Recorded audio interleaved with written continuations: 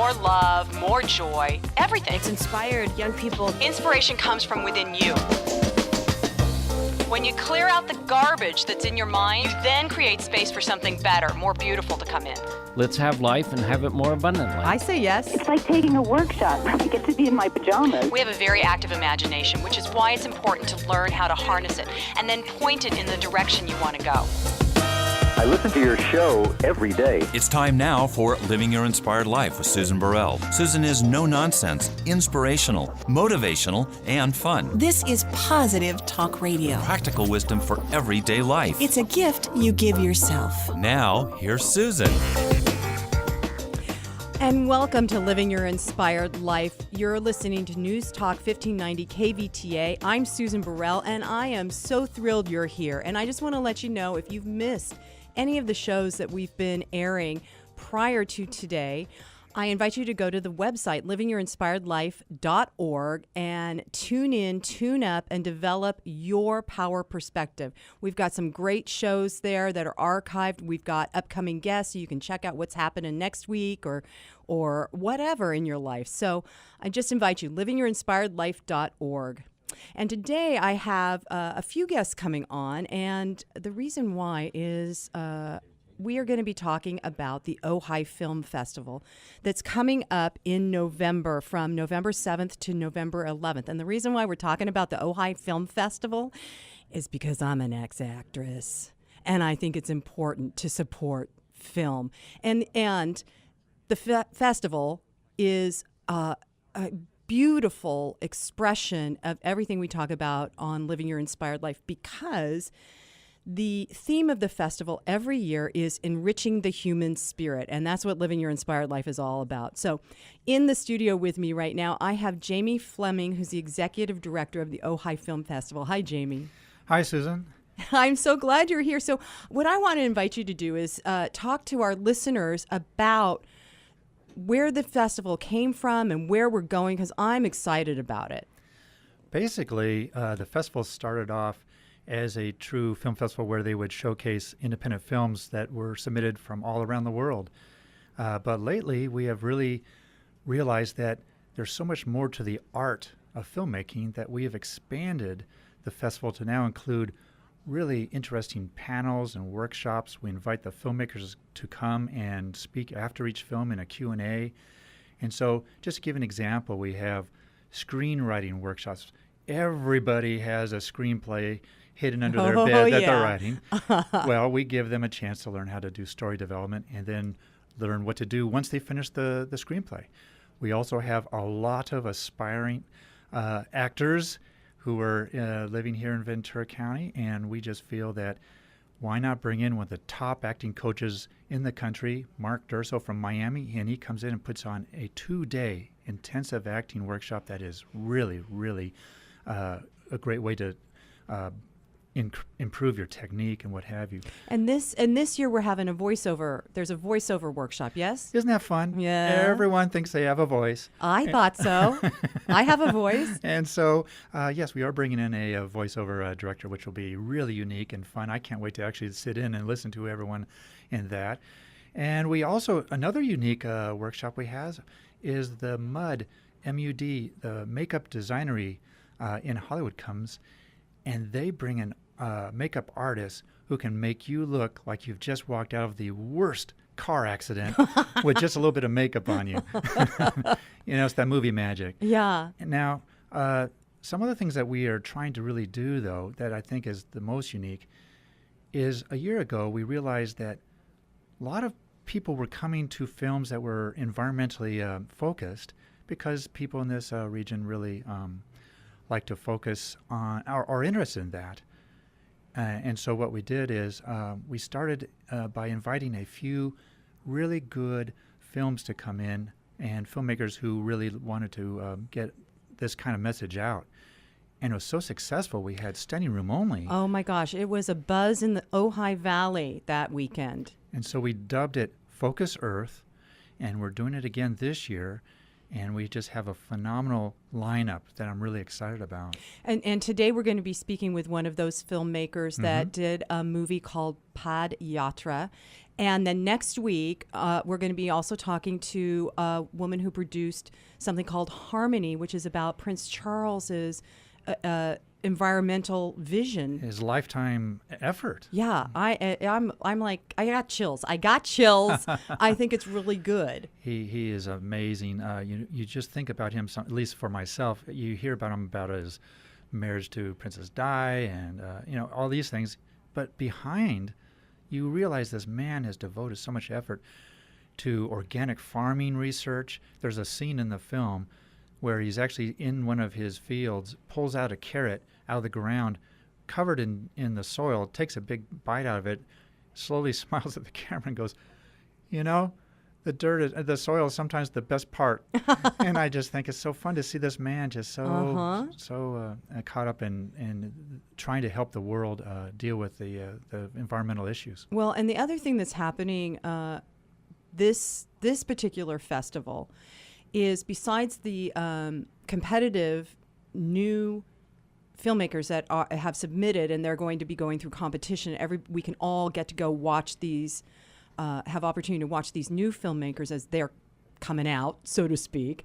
But there's also on Friday and Saturday, there's like educational components that are happening. Like on Friday, there's a whole education component for high school students, and some of our filmmakers, Randall Dark, who's going to be on later today with us, comes specifically to teach and support and give budding, they don't even know they're budding yet, I guess, filmmakers, ideas and inspiration. I am so grateful that there are so many filmmakers who donate their time to help the high school students. Dave Lukenbach, he's a famous cameraman who's been on all the Pirates of the Caribbean movies, the Spider-Man movies. Yep, he's done a lot. He just did Lone Ranger. And he comes and he has so much wealth of information to help these students. And, of course, Randall. This year, Dean Semler, who did the Road Warrior and the Mad Max and won the Academy Award for Dances with Wolves, he's coming also. So it's a festival that really attracts a lot of filmmakers. And so everyone who wants to learn about the art of filmmaking, this is a great festival for you, while you also enjoy Ojai. Well, so what I want to do is invite on air with us a filmmaker who did PAD YATRA. And so I want to let everybody know what this movie, because I got to watch this prior. I got to screen it before it's being shown at the festival. And this is an amazing story about 700 people that were trekking across the Himalayas with a call to save the planet's third pole. Now, we're going to ask Wendy Lee, the director, what that's all about. But you see these 700 people going across the Himalayas, and what they're doing is they are educating the small villages and communities that they come across about what's happening to the environment, not just in their particular area, but globally. And they ended up picking up, this is phenomenal to me, hundreds of plastic bottles and garbage, and they packed that out of the Himalayas as they're educating these groups about what the plastic is doing, because these small villages never even knew what plastic was. It's a issue that China and a lot of these countries are saying up in the miles and hundreds of miles away in the mountains and all that, the villagers get plastic now that they've never had before, or styrofoam, and they throw it maybe in the stream, and it ends up going all the way down into the oceans or into the cities. Yeah. And what I also love about the film is the holy leaders in it say, hey, we're doing this, but I hope the other countries around the world follow our lead. Leading by example. So I'd like to invite on Wendy Lee, who is the director and inspiration of PAD YATRA. Hi, hello. Hi, Wendy. This is Susan Burrell. Hi, Susan. Thank you for having me. Oh, I am so grateful you're here with us, and Jamie Fleming's in the studio with me. And I just wanted to find out what, because this is called Living Your Inspired Life, my show. And I wanted to find out what inspired you, what called you to do this movie, PAD YATRA. Yeah, it's funny because I actually never identified with being an environmentalist prior to making this movie. And I had simply just been a volunteer. I've been volunteering in the Himalayas for many years. Oh, really? And I signed up for the PAD YATRA as a participant with my sister, who's in the film. And what happened was I just graduated from film school. I thought it would be sort of fun. It was sort of naive intentions. I thought it'd be fun to make a little short film about it. And when I got there and I witnessed this plastic crisis firsthand, I was horrified. I mean, I was really, really horrified. These people live even in the most remote areas in these traditional, beautiful, eco-friendly lifestyles. They were getting plastic for the first time in their history, essentially, and not knowing what to do with it. So they've been throwing these plastic bottles and plastic non-biodegradable waste into their water sources. Oh, my since goodness. The Himalayas, because of all the glaciers in the region, they actually provide fresh drinking water to half of the world's population. So you can imagine how polluting the water at the source could have this devastating effect as it trickles into China, into India, and all the surrounding regions. So, I realized very quickly how important this film was going to be and how important it would be to document it. Oh, my goodness. And I'm amazed at what you were just saying about the Himalayas being the source for half of the world's water systems. So explain to our audience what happened when you got there, because there was some spiritual leaders that came. Absolutely. So the event, the Eco PAD YATRA, as it's now called, it was founded by His Holiness the Gyalwang Drukpa, who is a Buddhist leader in the Himalayas. Mm-hmm. He started a secular movement to encourage people around the world of all faiths to come together over environmental issues, because it's something that affects us all universally. So he led this trek in person. He trekked, and he continues to do this every year, at least 500 miles a year. Oh my goodness! One go. And so, with the 700 people in the one scene in the film, we had 700 people. We spent 2 months trekking across the region. Holy moly! Yeah, it was walking. Trekking means peril. walking, right? Yeah, and because of the climate change, the subtle climate change, but in those regions it's quite drastically felt.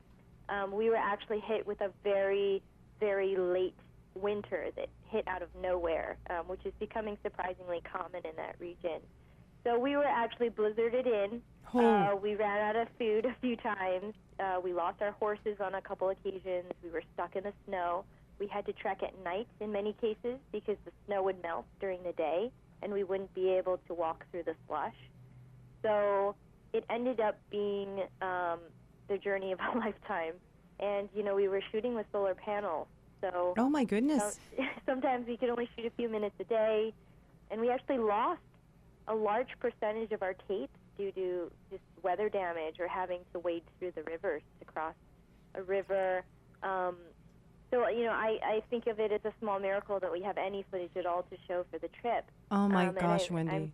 It's really an honor now for our film to be able to share it with people and share the experience, because I think it's something that is a very powerful message for the rest of the world also. Yeah, and I'm hearing all the logistics you must have gone through just to get this to happen. And I would imagine you got it, if it's taking 2 months plus to trek through the Himalayas, and these are remote areas, it's not like you get to make a phone call and say, okay, come pick me up, I'm done, halfway through. Exactly.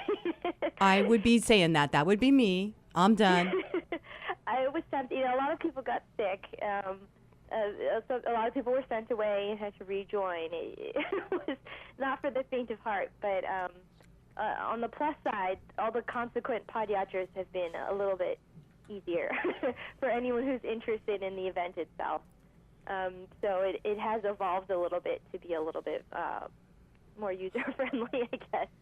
But the most inspiring part of it was that through all that, we carried out 800 pounds of plastic litter, Oh, literally my on our gosh. backs, strapped to our backpacks and that kind of thing. And so it was a powerful visual symbol, not just for the locals. And the locals responded very well. There's a vast environmental movement going on now in the Himalayas as a result of what you see in the film. So part of this trekking was to educate the locals, yes? Yes, So- absolutely. And it was. We would stop in villages and let them know about the dangers of throwing plastic in the water sources. We encourage people to plant trees and to use sustainable materials. And this is the most shocking part of all, which is, and I witnessed this village after village, is that especially women, they would burst into tears Why? the moment that this was spoken to them, because they had no idea they were poisoning themselves with plastic. They had no concept, and they were really horrified by it. And to see them so affected, it was hard not to take that home with me, as someone who witnessed it, and wonder if look how much they care about their environment. Oh my and gosh. they just didn't know. And for me, I grew up, in America, and I grew up hearing this message and never took it seriously. And to witness someone hear it for the first time and react in such a dramatic way was really inspiring. It sounds like it was, Wendy. I'm just in awe of the people in the villages and their purity of heart is what I'm hearing you speak about. Yeah. And so for our listeners, give us a little flavor of what it was like to go up and down the Himalayas. I have a friend who's currently hiking up to Mount Everest, and it's something I never want to do in my life. So to be in that and what's it it must take a physical toll on you. It certainly did. It felt altitude. It felt a little bit like you had a flu pretty much the whole time. Oh, my goodness. So it was definitely difficult. I remember the first day I got there, I was just acclimatizing, but walking to the bathroom, it took me 20 minutes to walk to a bathroom. It was rough. But, I mean, the good news is you do tend to get used to it pretty quickly. And then, at a certain point, and I'm not particularly athletic, but I would say at a certain point it was almost easier to go fast than to go slow, because you get into this groove and this rhythm. So it was. You do. You surprise yourself, honestly. I think one of the unspoken messages of the film is that we all have this hidden potential that we're not even aware of. And once you get there, you realize you're capable of a lot more than you think. Oh, my goodness. That's inspiring in and of itself. And these other PAD YATRAs that are happening, are they going to different villages in different areas, or is it the same trek every year? Oh, no. 2 years ago, they did a PAD YATRA through Mumbai, India, and they picked up 2,000 pounds of plastic. Oh, my God. Was this the same spiritual leader that took this? Yeah, and he does it every year. It's amazing because you don't often see people going out and actually doing something. You see a lot of people talking about it, but he's on the track. He's with his trekking poles and his heavy backpack and walking alongside everyone. And he's not a young man, right? I believe he's in his late 40s or early 50s. Okay. Yeah. And then earlier this year they did Sri Lanka, and it's rumored in future years. It's sort of rumored that they'll do one in America or Kenya, or in Vietnam. So there's a lot of options out there, and we hope that it spreads throughout the world. Well, it sounds like it is, and I am so grateful that we're going to be screening it at the Ojai Film Festival. Oh, I am so honored to be screening in Ojai. It's such a beautiful area, and also people, as Jamie said earlier, people are really concerned with environmental issues. So we couldn't be happier to be screening. So, Wendy, Ojai. you're going to be in Ojai, right, on the day of the screening? I will be there, absolutely. Which is going to be Saturday. It's over the weekend of November. So everybody knows the Ojai Film Festival is over the weekend of November 7th through the 11th. And Wendy Lee, the filmmaker of PAD YATRA, is going to be there on Saturday. This particular screening, which I invite everybody to go to, is at 3 o'clock. But I invite everybody to go to all the screenings. Just come for the weekend. Come for the weekend, stay, walk around town, go see fabulous films, listen to great panels, and you get to meet the filmmakers. That's one of the great gifts about the Ojai Film Festival. There's plenty of new filmmakers up and coming. So, Wendy, let me ask you one question before we complete. Sure. Do you got any other film in the works? Yes, actually, it will be a little shift of gears. It won't be a documentary, but it's a little too early to talk about, but I can say that part of it does take place in the Himalayas, and it is a comedy. Oh, a comedy in the Himalayas. Okay, I see you've got a great sense of humor there, Wendy. Thank you so much, Susan. Well, thank you for joining us on Living Your Inspired Life, and I'm going to be at the festival, so I'll make sure I come up and give you a great big hug for trekking the Himalayas for me. I look forward to that. Okay, take care. Wendy Lee, of the filmmaker of PAD YATRA, and that's going to be screening at the Ojai Film Festival. You're listening to Living Your Inspired Life. This is Susan Burrell. We're going to just take a short break and be right back.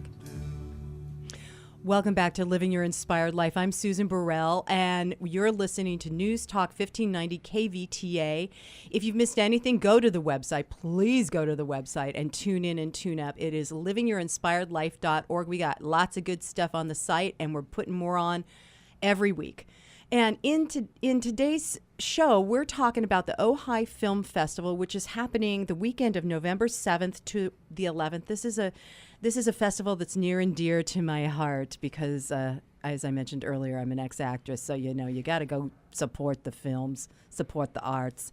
So in studio with me, I have Jamie Fleming, who's the ED of the film festival. And Jamie, I want to talk now about some of these special screenings that are happening over the weekend. Yes.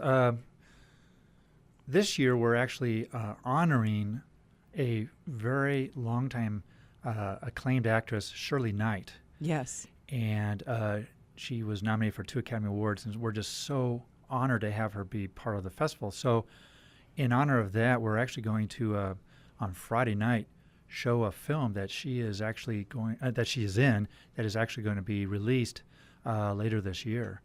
So so the Ojai Film Festival is the first screening of this film, technically. Well, technically, yes, it would be.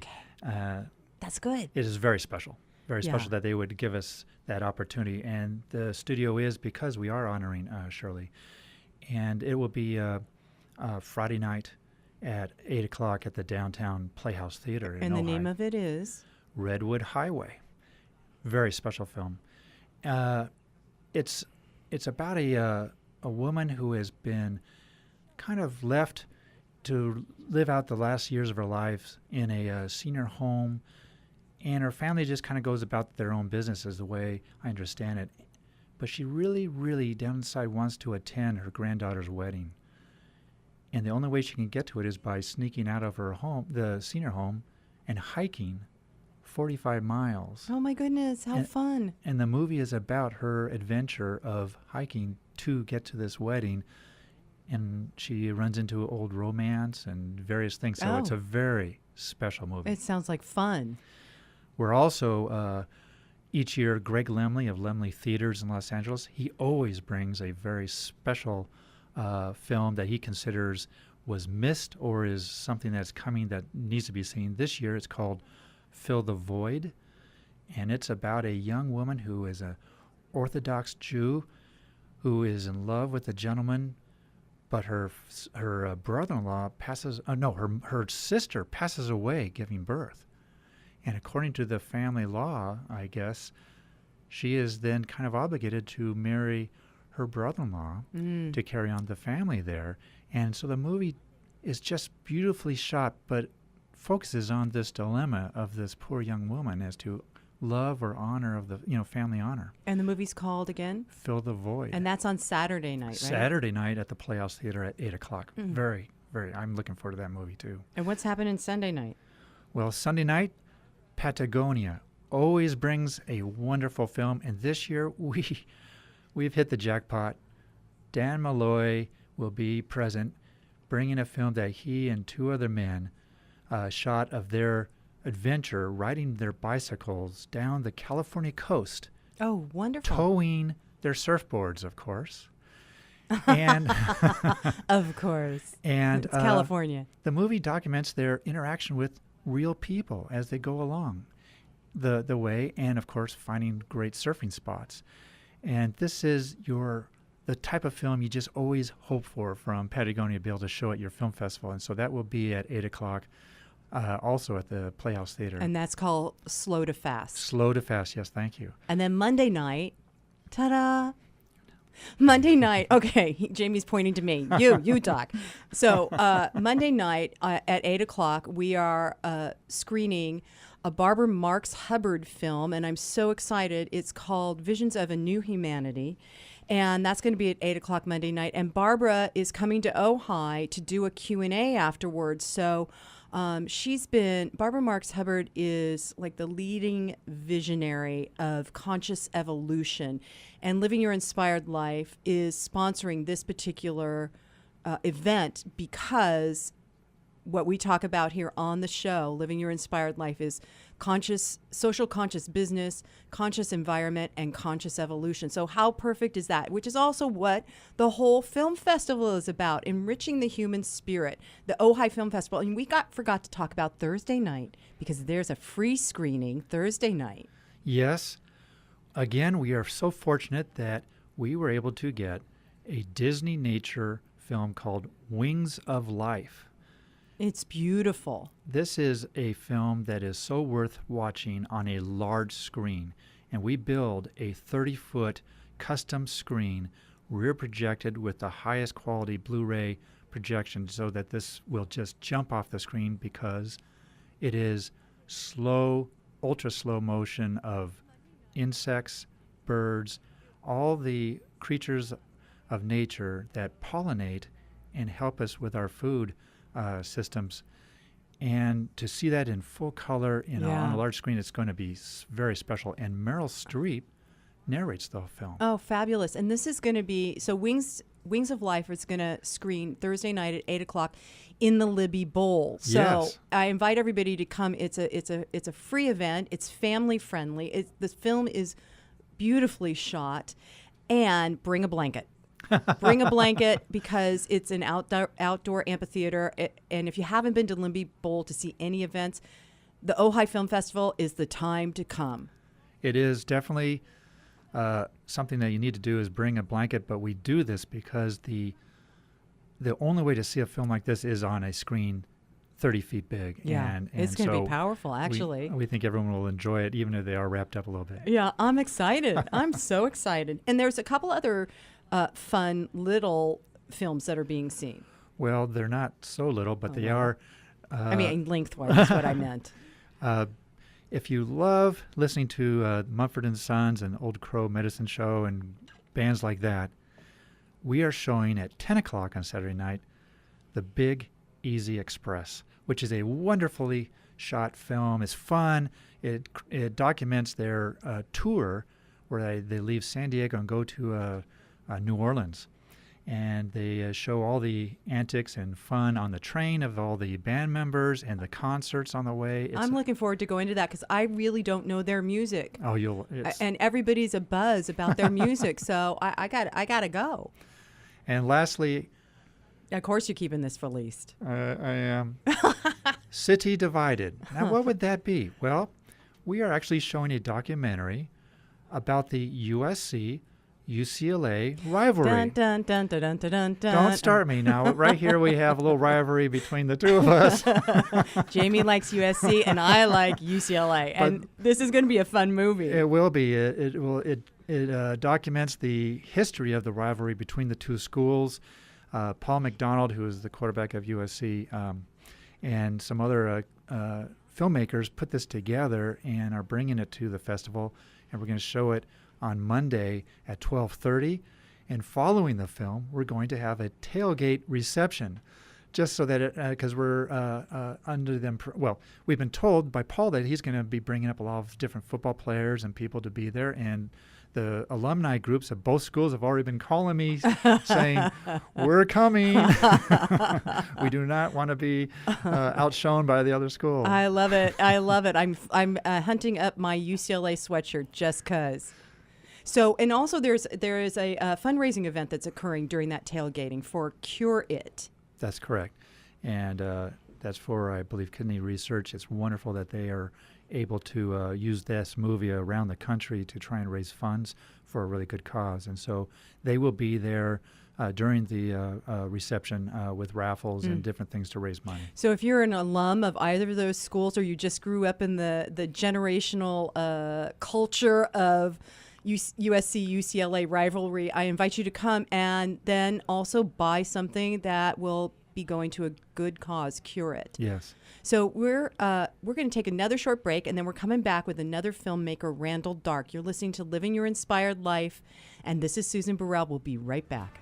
Welcome back to Living Your Inspired Life. I'm Susan Burrell, and we were just grooving to some associated USC music because the Ojai Film Festival that we've been talking about is going to be airing a movie called City Divided, which is about the USC-UCLA rivalry.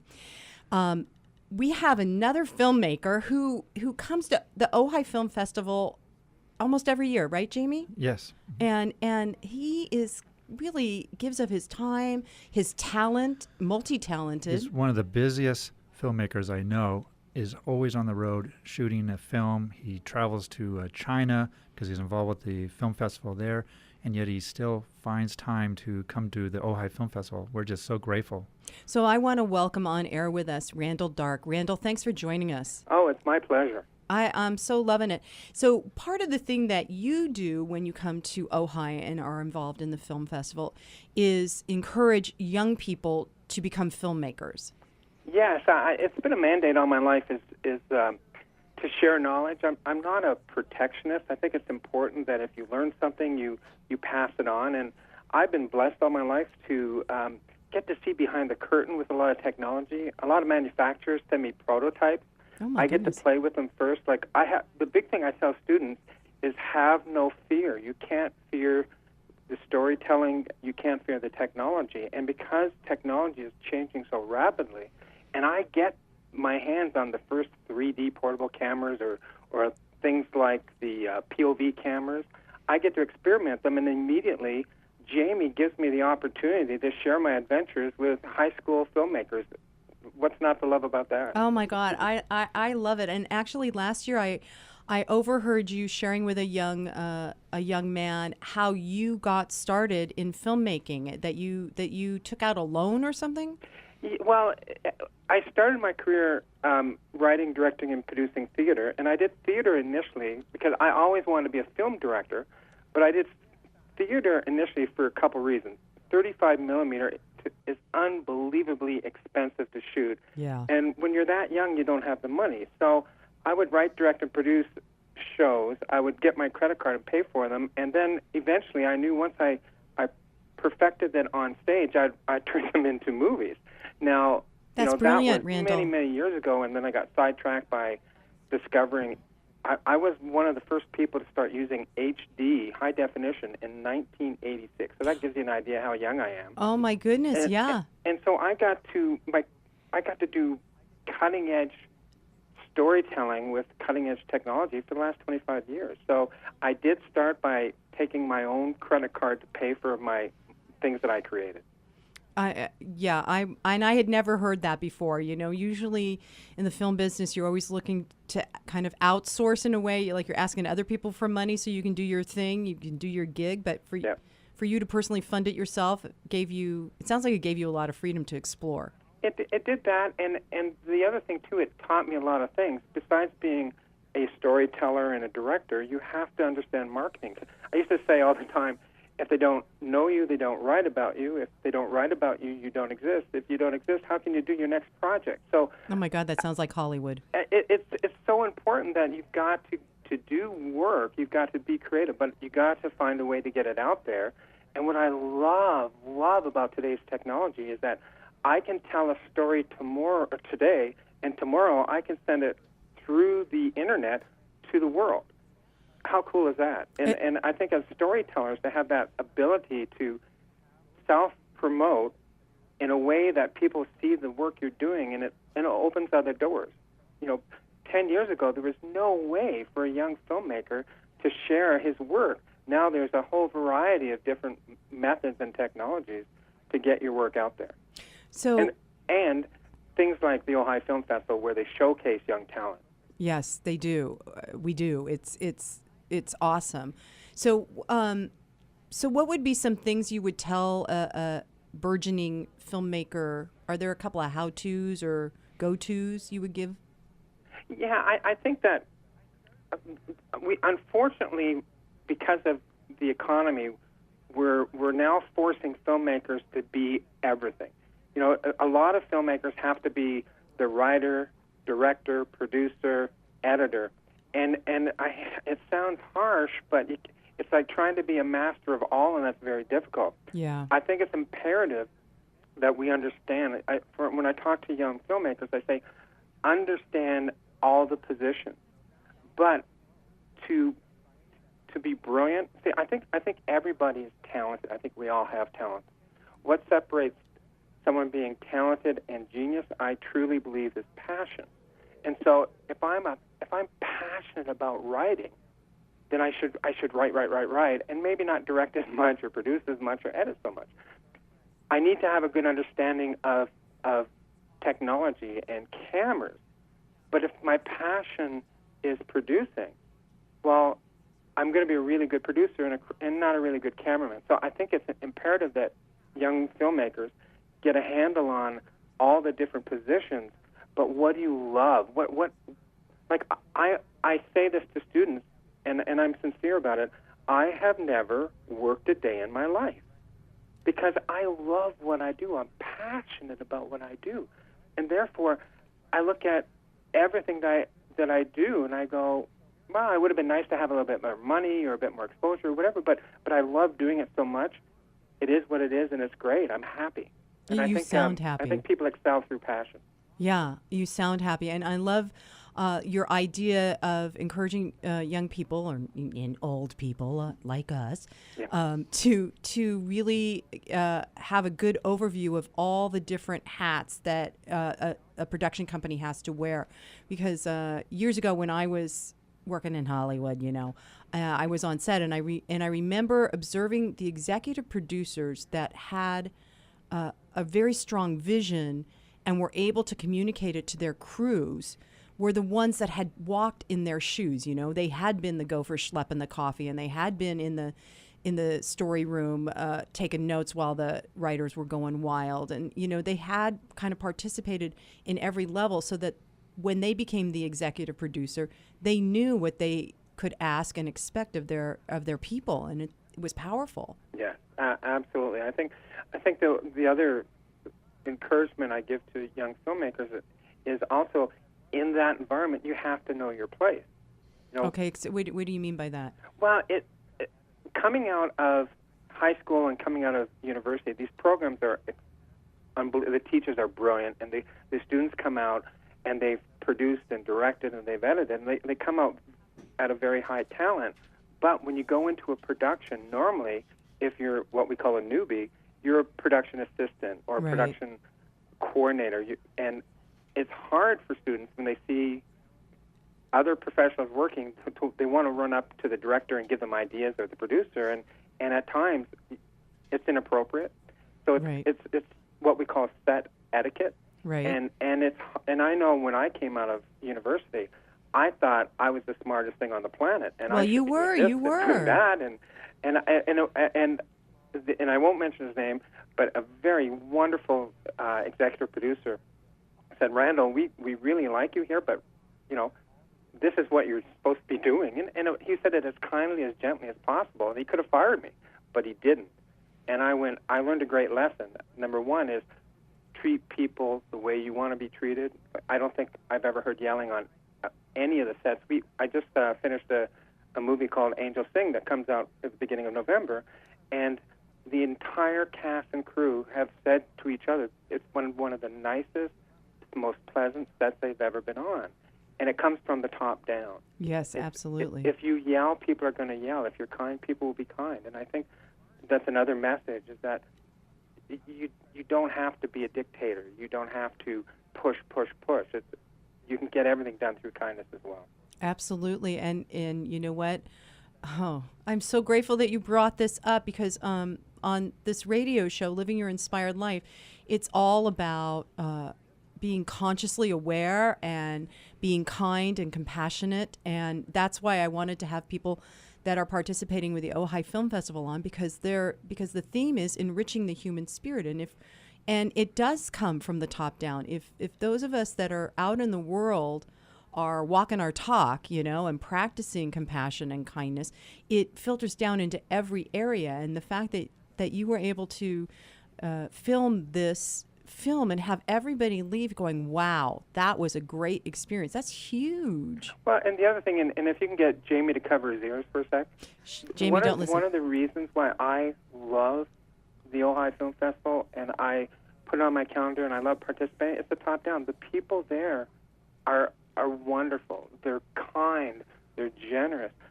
I believe a film festival attracts filmmakers, for the obvious reasons. We want to show our films. I have a film I'm looking for distribution for, so we do it. But what I love about Ojai, besides doing all these other things, number one, it has education, which is imperative, and two, it is inspiring.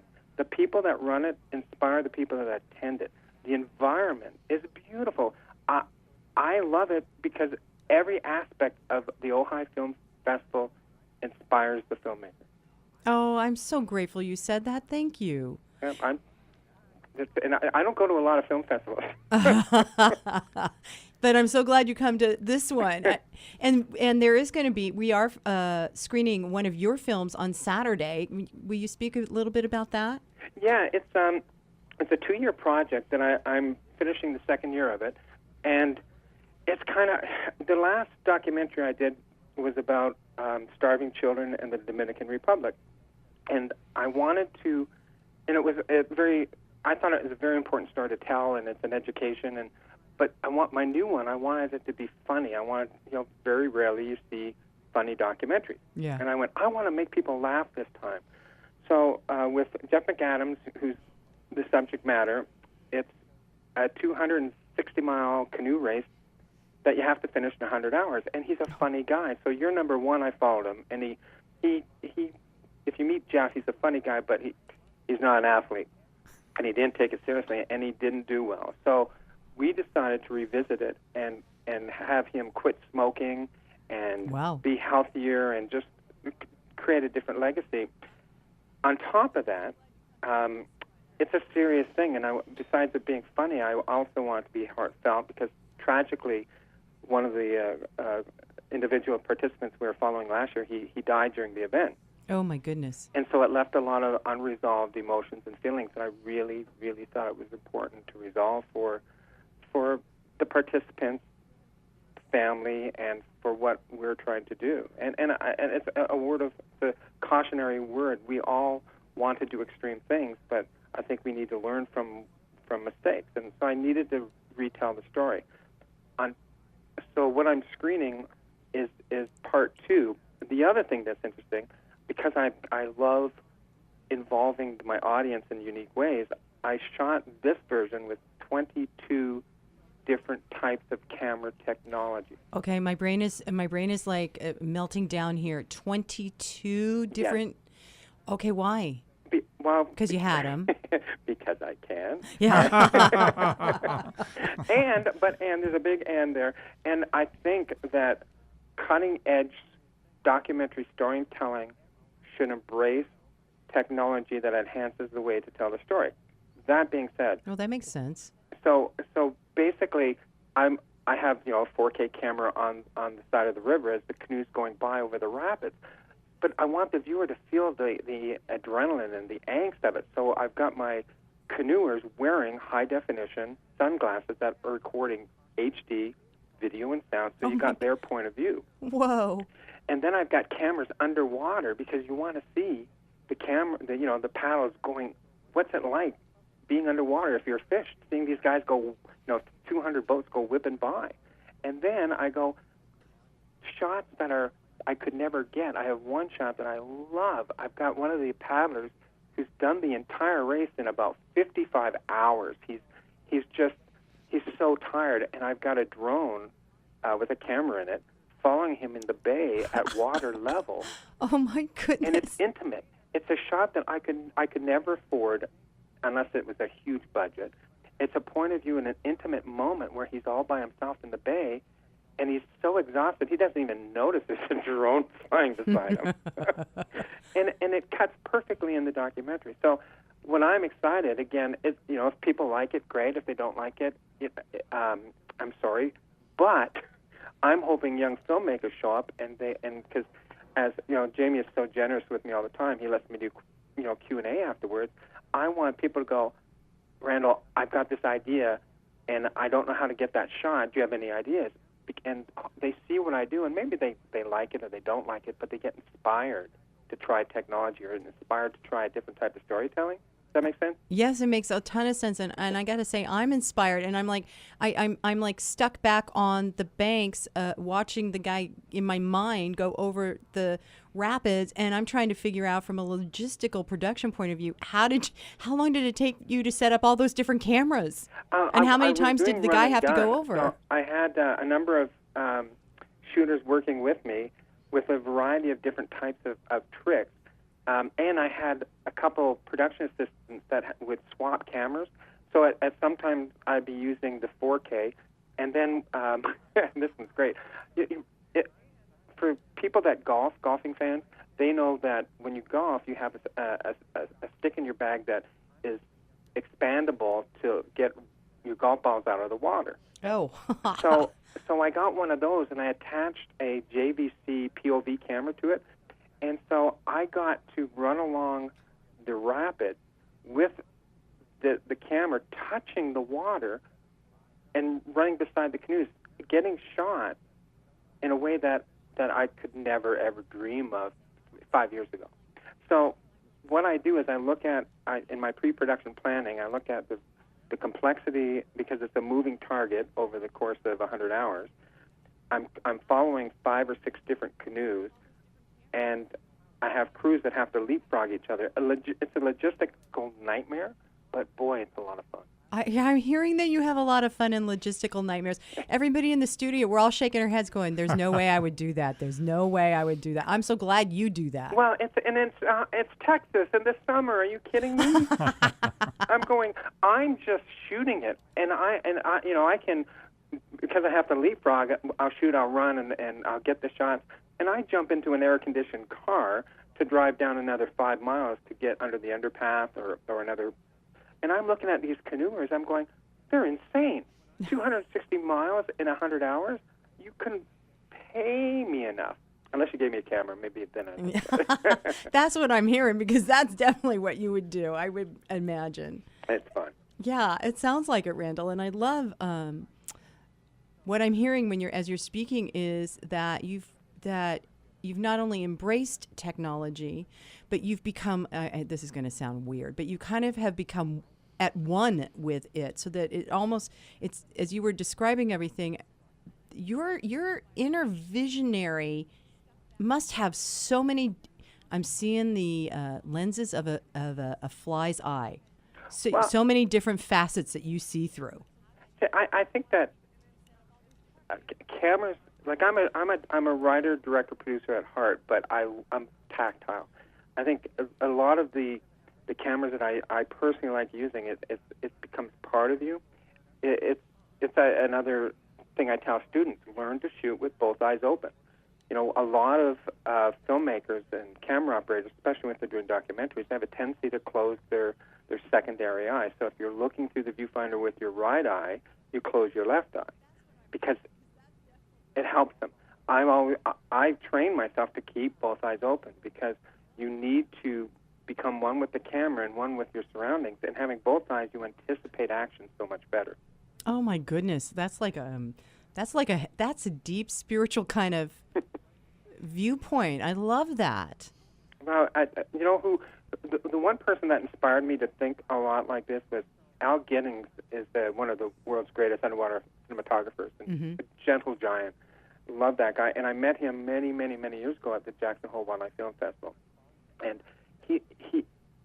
we didn't talk about it, but I'm visual. I'm a director. I watch people, and I saw him pick up a camera once, and how he handled the camera was inspiring to me.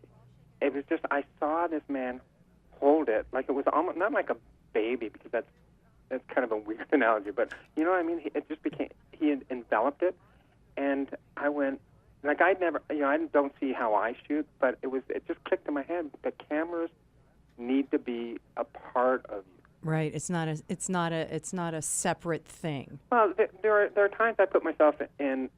Thank goodness my wife isn't around right now. I put myself in some really high risk situations, and people will say, "Randall, why don't you just lock the camera off, press that little red button, and run away?"